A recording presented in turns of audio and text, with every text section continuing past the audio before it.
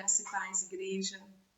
Foi me dada a oportunidade de apresentar o vídeo essa semana, de ajudar a igreja, né, com a palavra essa semana. É uma honra para mim. E o tema que eu escolhi essa semana para a gente meditar está em Efésios 4, de 11 a 16. Se você puder assistir essa mensagem com a Bíblia em mãos, vai ser muito bom, porque é um texto muito rico, é um texto que Deus revela verdades preciosas sobre o objetivo dele para a igreja aqui na Terra, enquanto a gente cumpre essa trajetória terrena. E se você puder ter a Bíblia em mãos, vai ajudar. Mas se não puder, tudo bem. Depois você faz a leitura do texto e já vai ser de grande valia. Bom, o texto de Efésios 4, Deus ele revela a sua vontade para a igreja aqui na Terra, como eu já disse. Ele trata de maturidade espiritual. O tema unidade, de como a igreja, qual é a ideia de unidade da fé que Deus pensou para a igreja na Terra. Ele está bem explicadinho aqui em Efésios. O capítulo 4 ele mostra como Deus age através dos cristãos aqui na Terra, sobre como o nosso serviço contribui para a edificação da igreja, e ele nos capacita, ele nos dá habilidade através de dons espirituais, e no exercício destes dons a gente contribui para o crescimento da igreja. Aí a palavra que é muito bem aplicada aqui no texto é edificação do corpo de Cristo. O que é edificado está crescendo, está expandindo. Mas esse vídeo não é para tratar sobre a lista de dons espirituais, não é. O tema o tema escolhido em Efésios 4 vai tratar, assim, de uma das listas mencionadas no Novo Testamento sobre dons espirituais, que é Efésios 4:11, fala sobre 5 dons muito preciosos para a igreja, e há outras listas no Novo Testamento que falam sobre dons. 1 Coríntios 12 fala sobre dons, Romanos 12 vai ter uma lista de dons espirituais, dos mais diversos possíveis. Esse tema essas listas não são exaustivas, são só os pontos onde o Novo Testamento fala. O texto escolhido por mim hoje, em Efésios 4, vai falar de 5 dons muito preciosos, que são dons relacionados à pregação do Evangelho, dons da palavra, né? E por que eles são tão importantes para o crescimento da igreja. E a gente pode começar fazendo um paralelo. Assim como o corpo humano tem órgãos vitais, existem órgãos que são essenciais para a manutenção da vida do corpo, do tipo o cérebro. É impossível um corpo humano permanecer vivo sem cérebro. Pulmões, existem pontos vitais, existem órgãos vitais para a manutenção da vida deste corpo. Pulmão, coração, cérebro são alguns deles. Da mesma forma que existem órgãos que não são tão vitais, que a gente consegue viver sem eles ou sem parte deles. Né? Eu posso viver sem os olhos, eu posso viver sem uma orelha, eu posso viver sem até um membro. Né? Eles não são membros vitais, apesar de que todos contribuem para um bem-estar do corpo, todos têm a sua devida importância, qualquer parte que faltar vai fazer falta, mas existem pontos vitais. Eu não vivo sem o meu coração, eu não vivo sem o meu cérebro, eu não vivo. Existe graus de importância nesse conjunto. E o paralelo que eu trago aqui é que Deus concedeu à igreja dons tão necessários, tão vitais, que a igreja não se sustém sem eles. A igreja, no caso, usa eles como pilares. Eles são os pilares da igreja. Sem eles, a igreja desmorona, a igreja rui. O ideal é que a igreja tenha todos os dons em atividade, todos os dons contribuindo, né, com a sua justa contribuição, de forma equilibrada, de forma que o corpo cresça. Mas existem dons que são muito necessários, são pilares. E Efésios 4 revela isso para nós. Quais são esses dons e por que é tão necessário para a igreja. Vamos fazer a leitura do texto? Efésios 4, de 11 a seguir. E ele mesmo concedeu uns para apóstolos, outros para profetas, outros para evangelistas e outros para pastores e mestres, com vista ao aperfeiçoamento dos santos, para o desempenho do seu serviço, para a edificação do corpo de Cristo, até que todos cheguemos à unidade da fé e do pleno conhecimento do Filho de Deus, à perfeita varonilidade, à medida da estatura da plenitude de Cristo, para que não mais sejamos como meninos, agitados de um lado para o outro e levados ao redor por todo o vento de doutrina, pela artimanha dos homens, pela astúcia com que induzem ao erro, mas, seguindo a verdade em amor, cresçamos em tudo, naquele que é a cabeça, Cristo, de quem todo o corpo, bem ajustado e consolidado pelo auxílio de toda junta, segundo a justa cooperação de cada parte, efetua o seu próprio aumento para a edificação de si mesmo em amor. Amém? Irmãos, quando a gente já começa a leitura aqui, ele mesmo concedeu uns para apóstolos, profetas, evangelistas e outros pastores e mestres. Todos esses dons relacionados aqui em Efésios 4:11 estão diretamente relacionados a dons da palavra. Ministração do evangelho, convencimento da verdade. São pessoas que didaticamente instruem a igreja na verdade.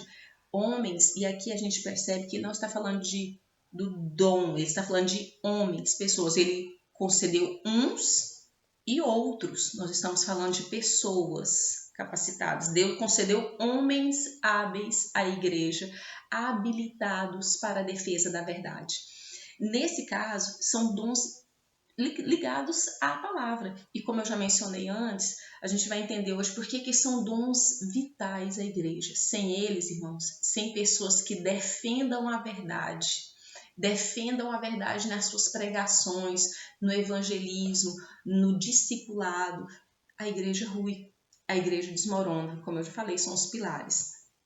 Você percebe aqui que Efésios 4:11, ele cita esses cinco dons espirituais e que são essenciais para o funcionamento da igreja, porque promove o crescimento dela.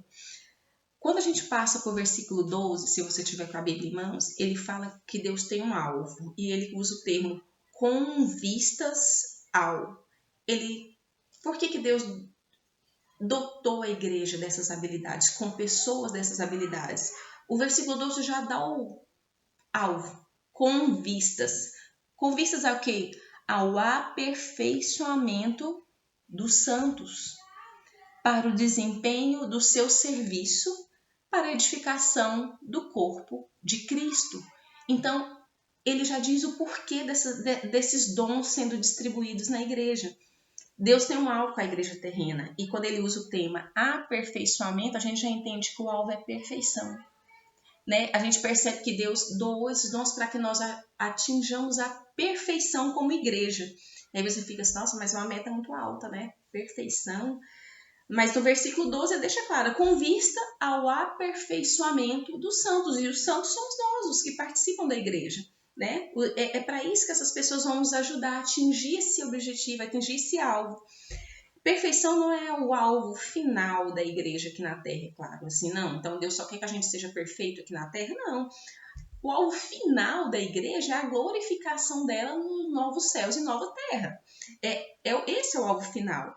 Mas isso também não quer dizer que Deus não tenha propósitos terrenos para a igreja. Sim, Deus tem propósito para nós enquanto nós estamos cumprindo o nosso tempo aqui na Terra. Nós temos uma caminhada terrena, temos um tempo a cumprir e aí a pergunta é, o que eu faço enquanto isso? Enquanto igreja aqui na Terra, o que eu tenho a fazer? Buscar o aperfeiçoamento. Atingir o alvo que é a perfeição. Né? O alvo terreno é perfeição, perfeição doutrinária, perfeição espiritualmente perfeito, doutrinariamente perfeito, moralmente perfeito. E aí a gente fica assim, tá, mas qual é o meu modelo? E aí ele deixa claro aqui, ó, com vista ao aperfeiçoamento dos santos para a edificação do corpo de Cristo, 13, até que cheguemos à unidade da fé, o pleno conhecimento do Filho de Deus, a perfeita varonilidade. Agora ele define o modelo. à medida da estatura da plenitude de Cristo. Nós temos uma medida para se basear. E a medida é Cristo. Olha o nosso modelo aqui. Cristo é o nosso alvo.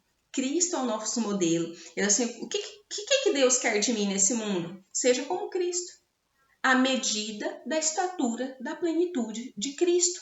A nossa caminhada, o nosso alvo é mirando Cristo, né? Chegamos a essa medida, a essa estatura.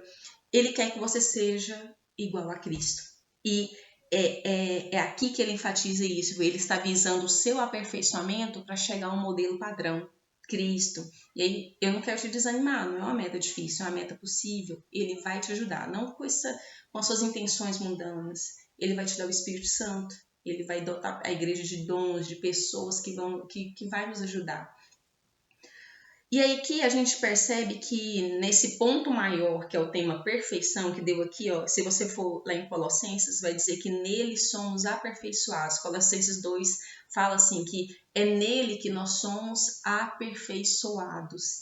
Então, é possível e é a nossa meta de vida na Terra, atingir a medida da estatura de Cristo. Atingir a medida da estatura de Cristo. E aqui a gente pode definir alguns pontos menores. O ponto maior que eu quero apresentar a vocês é a perfeição. Eu posso subdividir isso aqui em 3 pontos menores, que é os pilares da perfeição. Perfeição, pilar 1, pilar 2 e pilar 3. O primeiro pilar, assim, o primeiro ponto, subponto que eu quero apresentar é quando ele fala no versículo 13. No 12 ele diz o objetivo da perfeição, o objetivo de apresentar apóstolos, de doar a igreja, de dotar a igreja de apóstolos, profetas, evangelistas e mestres, visando o aperfeiçoamento do corpo, aperfeiçoamento dos santos, e aí ele coloca assim, até que. E aí a gente pega esse termo, até que, e a gente já percebe assim, não, então tem uma ideia de limite de espaço ou tempo, porque eu já estou no versículo 13. No versículo 11 ele apresenta uns e outros que ele vai disponibilizar à igreja. No 12 eu vou disponibilizar visando isto, a perfeição. E no 13 eu quero até que, ele diz, tem um limite de espaço ou tempo. Porque o até é isso, até que, então eu tenho um limite para chegar.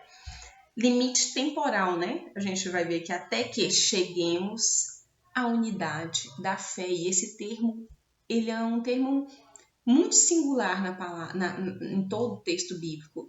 A unidade da fé. A pergunta é, até que grau de perfeição Deus quer que eu chegue? Sabe? Até que grau? A gente já sabe que o nosso modelo é Cristo, mas eu precisava para compreender, e o Espírito Santo sabe disso, que a gente precisa de ajuda para compreender, até quando? Qual é o limite dessa perfeição? Até onde eu tenho que caminhar? E ele diz aqui, até que grau até o limite da unidade da fé. E aí ele vai discorrer ainda mais disso. E aí a gente vai ter que definir agora o que é a unidade da fé, né? Porque é um termo bonito, é um termo, assim, quando você lê parece até simples, mas é um termo complexo. Porque unidade é coesão, né? Homogêneo. Mas o que é a fé, então? Unidade da fé. Até que todos, e aqui é assim, nós estamos falando em coletividade, nós não estamos falando de um membro a atingir a unidade da fé. Nós estamos falando até que todos, nós estamos falando de forma congregacional. O corpo atingindo um grau de unidade da fé. A fé aqui, irmãos, é a crença no Evangelho. A crença na revelação que Deus fez de si mesmo na palavra. Essa é a fé. Nós temos que ter uma fé coesa e homogênea. Então, que revelação é essa? A crença de que Deus enviou o seu Filho único, nascido de mulher, sem pecado, morto na cruz, cumprindo as Escrituras, ressuscitado ao terceiro dia, em cumprimento às Escrituras, subiu aos céus, né? Está sentado à direita do Pai, e o seu sacrifício tem poder para perdoar pecados e dar a vida eterna. Isso é o Evangelho. Uma dificuldade que alguns cristãos têm que de definir o evangelho. Às vezes você vê em cristão em saia justa, se fala assim, não, defina o evangelho. O que é o evangelho? O evangelho é isso, irmãos. É como Deus revelou-se salvadoramente na sua palavra e na terra. Isso é o evangelho. E é nisso que nós devemos crer de forma unânime, coesa. Isso eu estou falando como igreja, de forma homogênea, todos crendo na mesma coisa, unidade da fé, todos convictos na mesma coisa, né? Convictos nisso tudo, de forma que qualquer membro, de qualquer faixa etária que eu perguntar na igreja, se eu chegar numa criança, o que é evangelho para você? O que é Jesus para você? Ele vai saber se expressar da forma dele, o porquê que ele está ali, o porquê que ele crê, no que ele crê. Se eu chegar em um idoso e falar assim, por que você crê no evangelho? Qual é a sua fé? Ele vai saber de forma convicta falar, não, eu creio, eu estou aqui por isso, porque eu creio no Evangelho, definindo o Evangelho, porque Cristo me salvou, a sua morte tem poder para me dar a vida eterna, eu creio no poder do sangue na cruz. Isso é a unidade da fé. Então, a igreja pensando convicta de forma homogênea no Evangelho. Nós não vamos ter membros que, não sei direito, eu estou aqui porque eu fui criada aqui, minha família está aqui há muitos anos.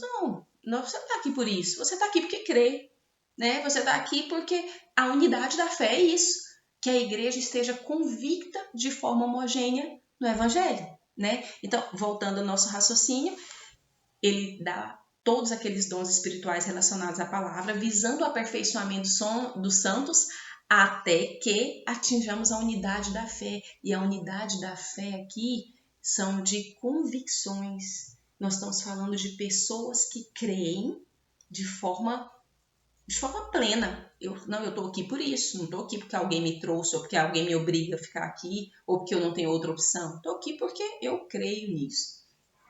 O segundo pilar, que também ainda está no versículo 3, nós falamos até que todos cheguemos à unidade da fé, tem outro ponto, e do pleno conhecimento do Filho de Deus, até que, agora chegamos também ao pleno conhecimento do Filho de Deus, que vamos atingir através de pessoas que nos ensinam. Voltando ainda ao versículo 11, aos dons relacionados à palavra. O segundo pilar da perfeição, então, que eu venho apresentar aqui, está no versículo 3, na parte B, e fala, e do pleno conhecimento do Filho de Deus. Então, Deus quer que a gente chegue até lá também, até que cheguemos ao pleno conhecimento do Filho de Deus. Conhecer o Filho de Deus em sua plenitude. Irmãos, isso é um baita desafio. É um baita desafio, porque a vida humana é insuficiente para conhecer a plenitude do Filho de Deus.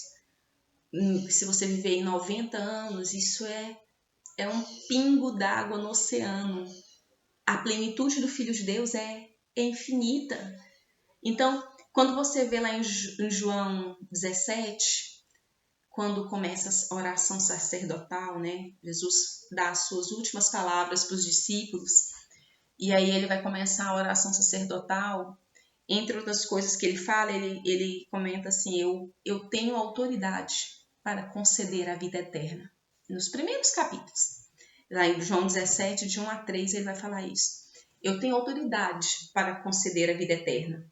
E aí, é impressionante o texto, porque ele define vida eterna. E aí tá lá no texto assim, ó, e a vida eterna é esta, 2 pontos.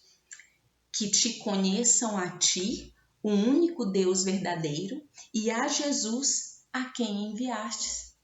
O texto, o início da oração sacerdotal é a definição do que é vida eterna. E a vida eterna é definida por um verbo, é conhecer.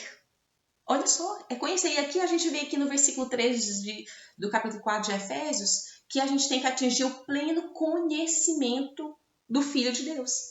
E aqui, e Jesus lá em João 17 diz que vida eterna é isto, é te conhecer, que te conheçam a ti, o único Deus verdadeiro, e a Jesus a quem enviaste. Irmãos, se você Se você já teve dúvida do que você vai fazer na eternidade, eu não sei se você, como eu, já pensou assim, gente, quando chegar lá no céu, desde criança eu fico confabulando isso. O que a gente vai fazer lá no céu? A gente vai fazer o quê, gente? Porque é eternidade é tempo demais. Aí eu me lembro que quando criança as pessoas falavam assim que eu ia ficar no coral cantando santo, santo, santo. Eu, tá, mas e depois do coral? Porque daí vai acabar o coral. A gente vai fazer alguma coisa, né? Irmãos, João 17,3 já diz o que nós vamos fazer. Já dá um lampejo, né? Do que é a vida eterna. A vida eterna é conhecer a Deus. Nós vamos estar imersos no oceano que a gente nunca teve acesso. Nós vamos ter um corpo restaurado, né? Um corpo incorruptível, com cérebro capaz de compreender verdades que nunca entrariam aqui nesse cérebro terreno. E o seu exercício que você começou aqui na vida terrena vai se estender na vida eterna. Você vai estar imerso no que é Cristo. Eu imagino a gente totalmente imerso naquela plenitude eterna de Cristo, porque como a Bíblia define o Filho de Deus? Já perceberam como é que a Bíblia define? Lá em Colossenses 2, define que nele habita corporalmente toda a plenitude da divindade. A plenitude da divindade habita corporalmente nele. Ainda em Colossenses, lá em 1,19, fala que aprove Deus que nele residisse toda a plenitude nele. Nele é tudo e tudo é nele. Né? A plenitude daquele que tudo enche em todas as coisas. Eu estou falando de Efésios 1,23. A plenitude daquele que tudo enche em todas as coisas. Ele preenche. Nele nós subsistimos, tudo por ele para ele. Dele, por ele, para ele. E Colossenses 1,17 ainda fala que nele tudo subsiste. Irmãos, uma vida terrena é impossível você esgotar o pleno conhecimento do Filho de Deus. Mas é um exercício até onde o seu cérebro conseguir. É um exercício terreno da igreja atingir o pleno conhecimento do Filho de Deus. Imagine você conhecer a plenitude de Deus, do Filho dele, se nele habita corporalmente a plenitude da divindade. Imagine, é impossível para a sua mente humana esgotar. Você precisa de uma eternidade para conhecer Cristo. Você precisa de uma eternidade. E é nisso que nós vamos estender na eternidade, conhecendo Cristo. E conhecer Cristo, irmãos, é você refletir sobre quem Ele é, responder essas perguntas, quem Ele é, qual o significado que a cruz tem para você, o que Ele falou quando esteve aqui na Terra, o que Ele ensinou, né? O que a cruz significa como um poder, a salvação na cruz para você. Tudo a esperança da segunda vinda, isso é conhecer o Cristo que você crê enquanto você está aqui na Terra. E o terceiro pilar que é listado aqui no versículo 13 é até que cheguemos à perfeita varonilidade, à medida da estatura de Cristo. Nesse caso aqui, ele dá uma meta prática. Nós estamos falando de santidade, né? Sejamos como Cristo, moralmente como Cristo. A santidade de vida, de intenções, pureza nas intenções, pureza no falar, pureza no pensar, são metas práticas. Nós vamos falando de vida santa e nosso modelo é Cristo. Então aqui, dando um resumo daqui do 11 até o 13, nós falamos sobre, aqui, versículo 11, ele apresenta o que ele concedeu à igreja, os dons que ele concede à igreja, as pessoas dotadas de habilidades que ele concede à igreja, visando o aperfeiçoamento, a perfeição dos santos e até que todos cheguemos à unidade da fé, que a gente já falou, pensar de forma homogênea, o perfeito conhecimento do Filho de Deus, né? Pleno conhecimento do Filho de Deus e agora a perfeita varonilidade, que agora é a meta prática, santidade de vida. E aí ele vai para o 14 em algo mais específico, que agora no 14 é interessante que Deus apresenta um obstáculo a essas metas que ele acabou de apresentar, do 11 ao 13. Existe um obstáculo. Ele fala sobre o erro. Ele vai apresentar um erro. E ele fala também aqui no 14 sobre o que ele não quer que a gente seja. Ele acabou de apresentar o que ele quer. Assim, eu quero que vocês sejam assim, eu quero que vocês atinjam a unidade da fé, eu quero que vocês tenham pleno conhecimento do Filho de Deus e a perfeita varonilidade. Agora eu vou dizer o que eu não quero. Eu não quero que a igreja seja assim. E está no versículo 14. E já começa muito claro, muito objetivo, gente. Para que não mais sejamos como meninos agitados de um lado para o outro, levados ao redor por todo o vento de doutrina, pela artimanha de homens, pela astúcia com que induzem ao erro. Ele apresenta aqui duas figuras de inconstância: meninos e ondas do mar, né? E ondas do mar, porque é assim que se define o crente inconstante, aquele que tô bem com Jesus esse ano, mas esse ano eu não tô muito bem, né? Instáveis. Meninos, quando ele apresenta a figura de menino, eu não quero que vocês sejam como meninos. É por isso que eu estou dotando a igreja de pessoas com habilidades para ensinar. Porque se vocês não forem ensinados, vocês serão como meninos, ingênuos, levados por qualquer falácia. Criança, irmãos, quando fala assim meninos, é gente sem malícia. Gente que não tem habilidade para ouvir uma mentira e fala assim, não, peraí, não é isso que está no Evangelho. E isso, o antídoto a isso, para você não ser como menina, é você ser ensinado. Você ouvir verdade. Ouvir a verdade. É isso que você tem que fazer. Então, ele apresenta essas duas figuras. Meninos, aquele que não vê malícia, aquele que não tem base para julgamento de uma mentira que ele está ouvindo.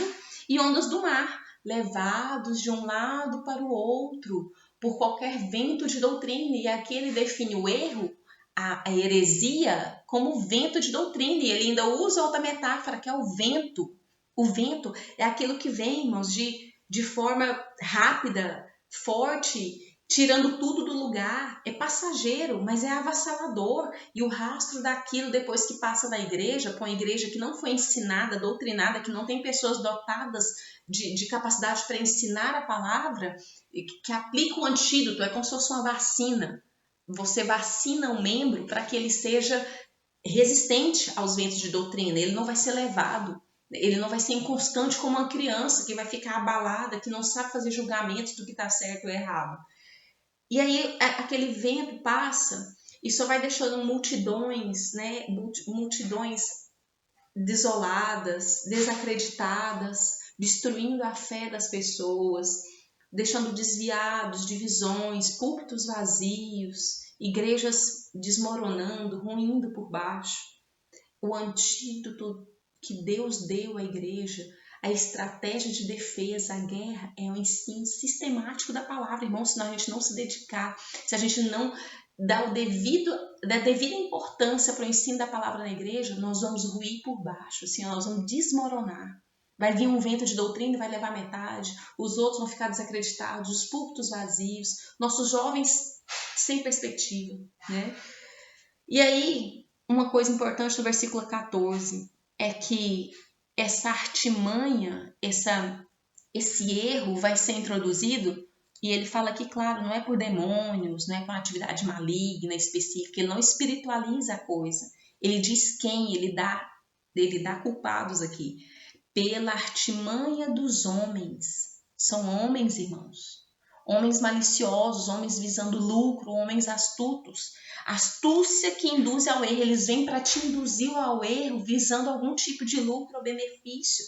Então, você vai ter homens pervertidos e mentirosos sondando a igreja. E aí, olha só que coisa legal que você vê no texto. No versículo 11, Deus está dotando homens para defender a igreja de homens com más intenções. Então, a estratégia de defesa são homens sabedores da verdade do evangelho, ajustando as nossas ideias na igreja, nos ensinando para nos defender justamente de homens maliciosos que vão vir e tentar combater a verdade. Irmãos, a guerra contra a verdade vai durar até o fim dos tempos. É a grande estratégia de Satanás, minar a verdade do evangelho na sua base. Porque se ele induzir mentiras e mentiras, e cada falsa religião é uma mentira que veio para tentar minar a verdade, confundir a humanidade. Então nós precisamos de pessoas amantes da verdade que queiram ensinar para que a verdade não se perca. Para a verdade não se perca. E que nós não sejamos levados por conversas de homens astutos e maliciosos que vão só produzir cegueira espiritual. E aí Deus então mostra como é que é o caminho do combate ao erro. Ele dota a igreja de dons espirituais relacionados à palavra, sabedoria e ciência da palavra, pregadores do evangelho, nossos, aqui na nossa lista, apóstolos, pastores, evangelistas e mestres, que vão nos ensinar didaticamente, de forma amorosa, para que a gente consiga não ser como está aqui no versículo 14, para que não sejamos. O objetivo é não ser como está no versículo 14. E aí ele ainda fala nos versículos 15 e 16 que a gente tem que seguir a verdade em amor, para que cresçamos em tudo que é o cabeça, que é a cabeça, Cristo.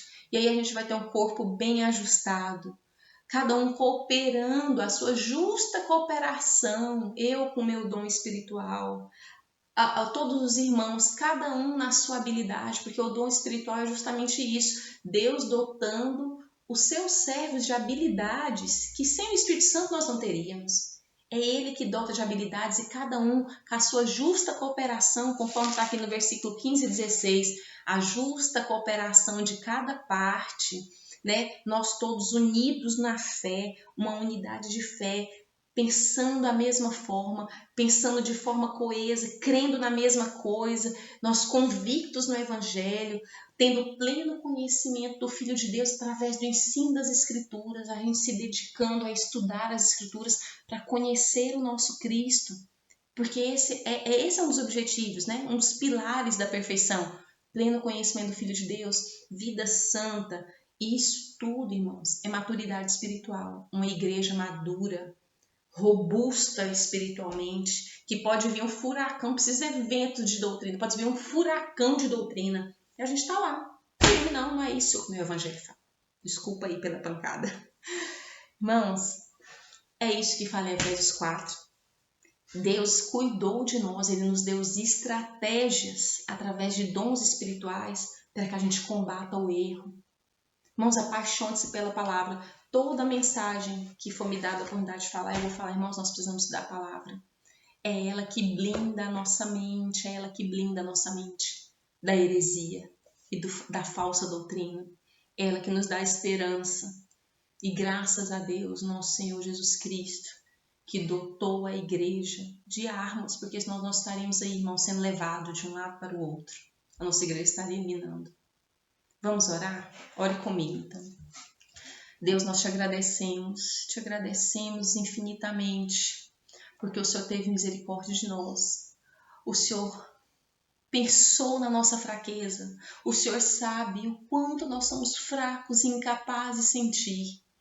E assim o Senhor nos dotou de habilidades. O Senhor dotou a igreja de pessoas com habilidades para nos instruir. E nós te louvamos por isso. Obrigada por tua palavra que o Senhor nos deu, onde o Senhor se revela a nós na sua grandeza. Nos ajuda a compreender a tua palavra, Deus. Nos ajuda a compreender os propósitos do Senhor para nós.